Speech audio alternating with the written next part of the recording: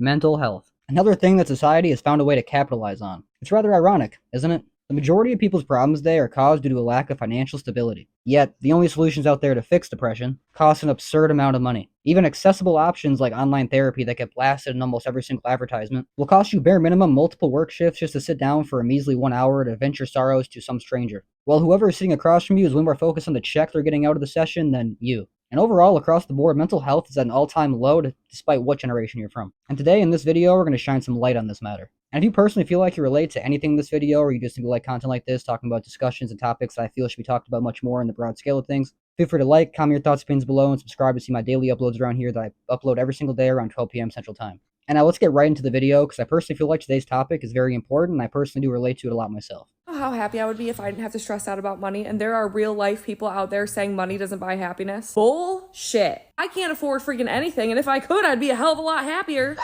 Me too, sis. No, but for real though, I got 99 problems and money is pretty much the majority of them. Have you guys heard of debt depression? Because it is a real thing. Alright, now this little sugar mama is about to fill us in on a diagnosis called debt depression. Not a clinical diagnosis, but it describes the depressive symptoms created by the emotional stress of debt.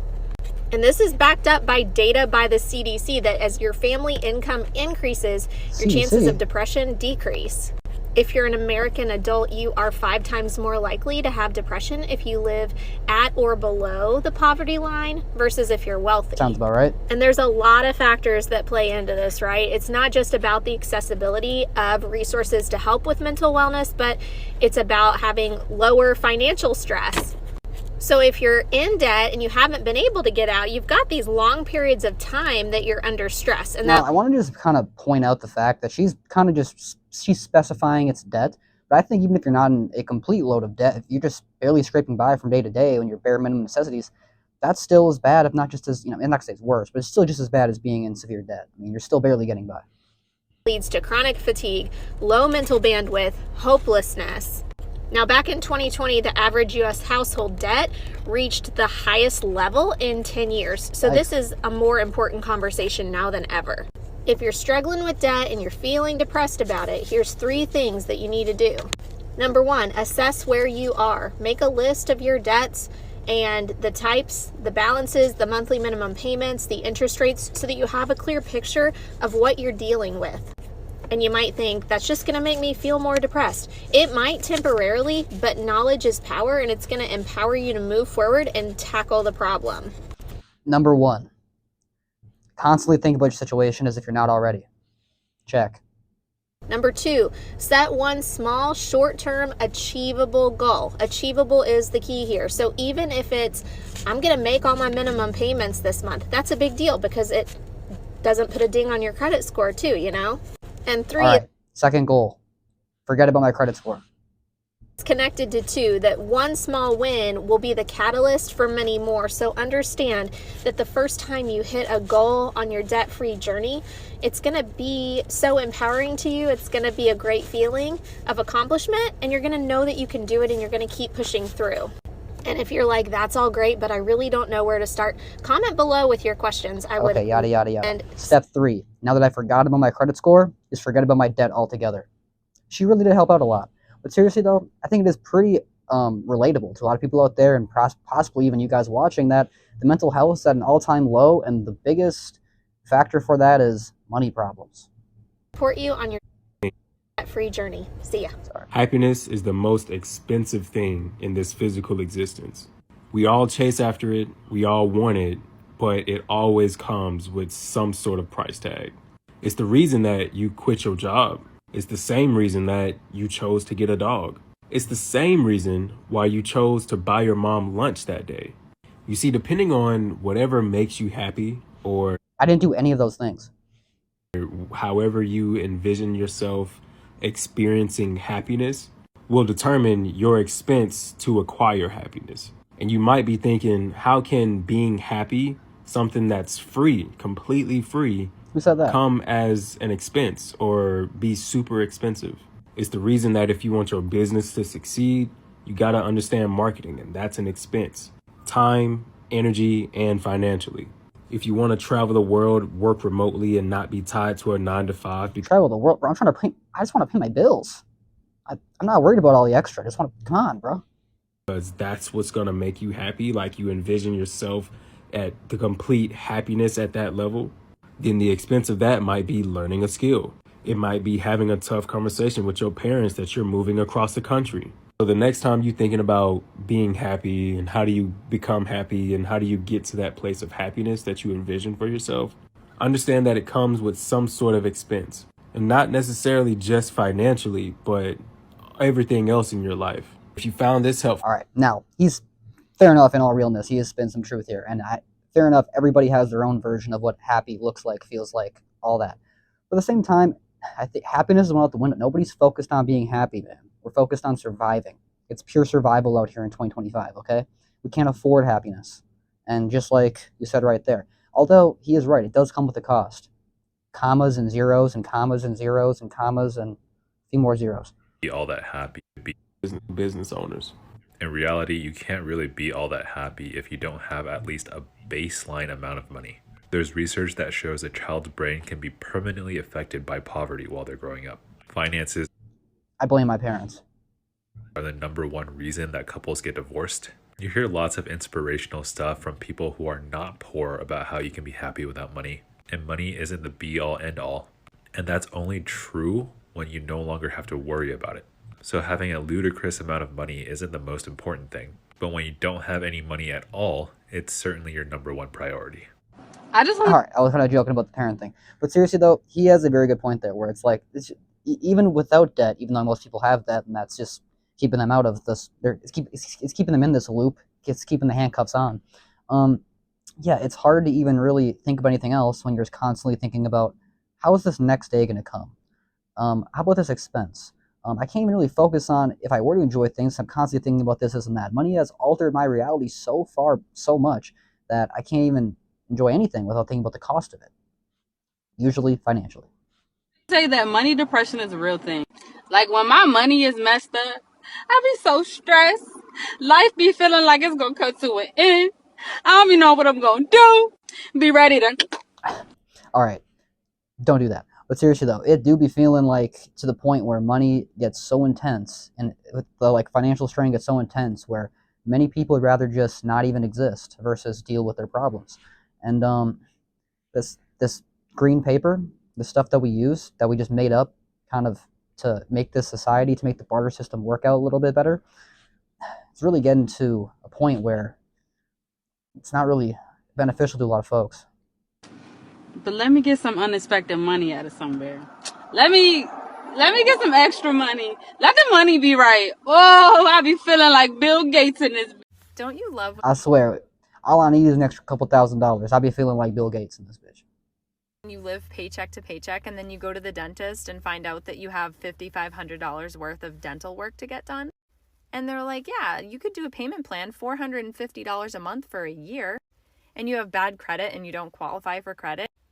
Now, this lady's story, she is going to spit some truth, some relatability that touched me to my core.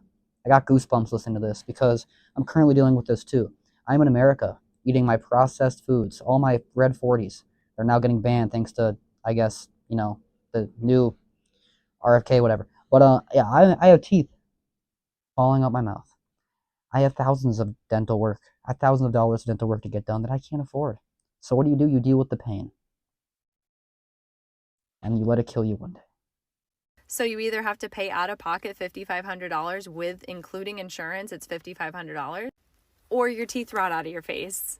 Because that's where I'm at. I'm at the point where I have to pay $5,500 to fix my painful teeth. And where's that going to come from? I don't have it. She doesn't seem to have it. I don't have. There's only so much time in the day, and imagine just having to whop out $5,500, or you just have to have $400 of extra payments every month for the next year. Now, many people are going to say, "Oh, if you kept up with your teeth, yada yada." A lot of people don't have the type of growing up lifestyle where their parents took them to the dentist, where many people don't have insurance, where they can just afford to go to the dentist and just get it checked off without having to pay an extra $200-300 on the way out. So many people let these things go because it's not accessible. Like there's only so many things that you can have but you need so many more. So all these things you need, you got to pick and choose which ones you really want to care about. So if you need a car, if you need a house, if you need food, you might have to let some health problems go. And that's why a lot of people in this country are struggling medically. And I don't have money.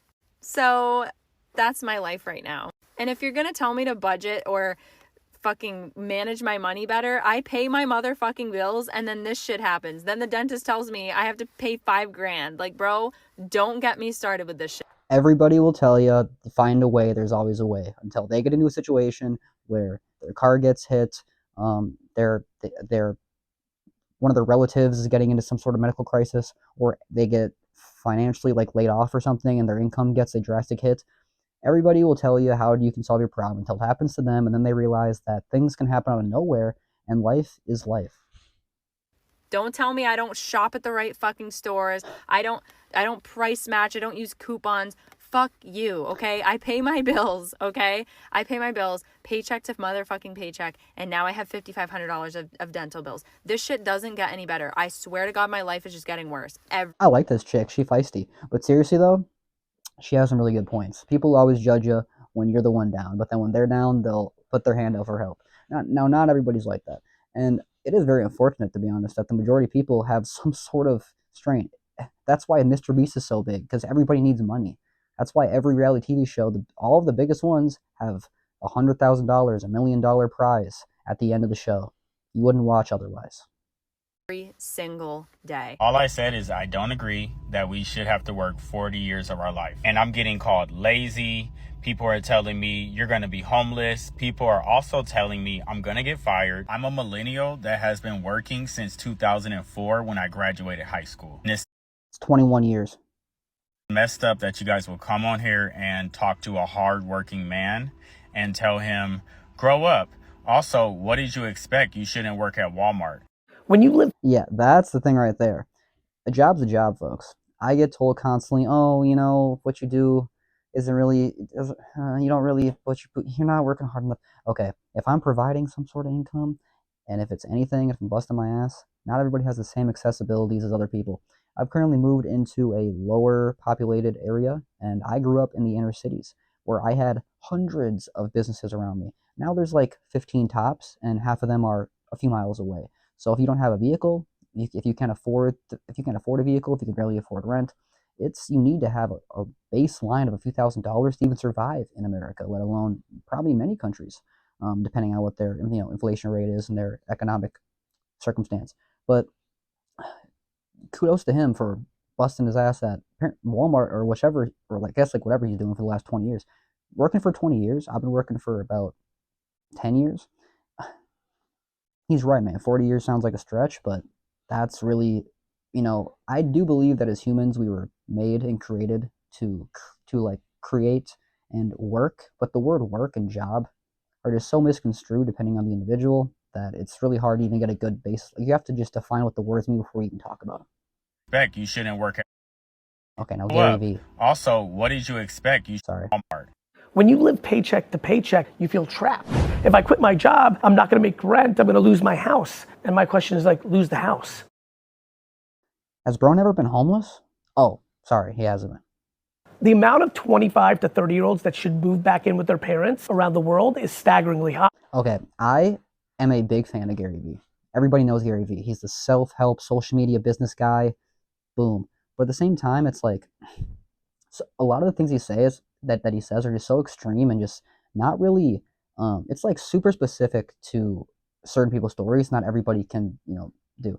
Now I really respect Gary Vee's hustle. I even give a lot of kudos to Gary Vee for how I started my TikTok, how I started my YouTube channel, how I got he provided me a lot of encouragement to even start my own little ventures. But some of the things he says are just so inaccessible. Like, for example, I moved into my sister's basement because I don't have a mom and dad's house to move into. A lot of people don't have parents that'll let them move back in. And even if a lot of people have very strained relationships with people in their family, it's not as... So yeah, well, then bunk up with roommates. I was watching, shout out this guy, Go Herping. He's been having extreme roommate problems where he'll like find tenants, he'll find people to live with, and it's just a terrible situation. You have to go through the eviction process, you have to get the cops involved, there's money back and forth, It's a whole bunch of things. So living situation is the number one thing I think that really affects people in terms of their dreams or their even financial status. If their KPI is happiness. One step backwards, two steps forward. Luckily for a lot of people, their parents would be thrilled. Their ego wouldn't be thrilled, right? My advice to people that feel stuck is you're stuck because you're living within the means of your take home. And if you That's the thing that I really want to point out is I love Gary Vee, but it's always your fault. It's never the circumstances. Now, I have seen a couple different circumstances where he has talked to folks where it's like they've been doing social media for 6 months. He's okay, well, that's not working, try something else. But it's always your fault. Even it's always when many people have so many things piling up where it's like, I could do this, this, this, and that, but I can't do them all at once. And then it's a mental health thing. And then it all weighs up and it bursts. And it's just like, what's the point anymore? can go 20 to 50% lower than that, well then you've started to create the room for you to be able to get out. All I've been pushing for 15 years is like, in your 20s, go for it. Because this is the generation you can live with 4 guys in a fucking studio apartment. In the economy, when he was in his 20s, the economy that he lived in is not the same economy that we're living in now. And eat fucking McDonald's and call it a day. You start becoming 37 and you have a child and like you're in a different game. But even for a 37-year-old that has a mortgage, and if you live more humble, you can like create that freedom. Gary, you don't get it. I'm fucking living bare bones. I'm like, do you take Uber? Yeah, every day. I'm like, that's ridiculous. Take the bus. I'm like, do you order food? Yes. Cook at home. You'll save a fortune. You're telling me you're miserable. You're telling me that you want to live your dream. You're not willing to take the bus for your dream? Then you're full of shit. Like, I'm just getting triggered. It's just because I actually like the guy, but it's just like, it's always, oh, well, you're taking Ubers? Bro, the bus line isn't really accessible, and I take it about twice a month when I have to. So you can't have any luxuries. You have to have no luxuries at all to get ahead. And it's like, that wasn't what it was like before. You could, even back in the day, a few years ago, you could go to a concert maybe once a month. You could go to you could go out to eat. But no, if you're doing any of that, it's your fault you're behind. No accessibility to any entertainment. And not only that, it's constantly everywhere. You're constantly seeing advertisements on your phone, you're constantly seeing billboards whenever you're driving to work and back, and all day at work you're seeing other people enjoy themselves, and you think to yourself, why don't I deserve that? Oh yeah, because I'm a broke loser. Humans saw this and created cubicle jobs. I saw this. Now we're gonna end this video off with a little bit of humor, but also some satire. Humans saw this and created cubicle jobs. Because this is what we're really meant for, folks. That's what a lot of people say. I don't fully believe that. I'm a city boy myself, so I love living. I do love living in the concrete jungle, as they would say. I'm not from New York, but I'm from a higher populated city. Obviously, the topics in today's video are focused on mental health, but they did have a big factor of money and financial strain and financial issues, which the majority of my videos do discuss and talk about. It's always money is involved in some way or another. And I really just wanted to put this into perspective for a lot of folks. I think many people can relate to this. I can relate to this myself currently and throughout my whole life pretty much. I grew up pretty much poor, and the older I get, the more poor I realize I am. So a lot of the time I make these videos and I feel like I don't exactly say the right thing. I don't touch on the right things. I wish I could say things a little bit differently. But that's always why there's another video where I can kind of recuperate what I was saying. But I do appreciate you guys who do watch my videos. And if any of you guys do relate to anything in this video, I'm sorry, but feel free to let me know down below in the comments your guys' thoughts, opinions, and tips and tricks on how you're getting through these struggling times, to say the least. And if you do want to check out any of my other platforms, you can check them out on Patreon down below in the description, and you can pay me to talk to you. Hey, man, I mean, if BetterHelp can do it, why can't I? But I'm just yanking your leg. I do read and reply to the majority of the comments, so you can just comment down below, and I'll see you there.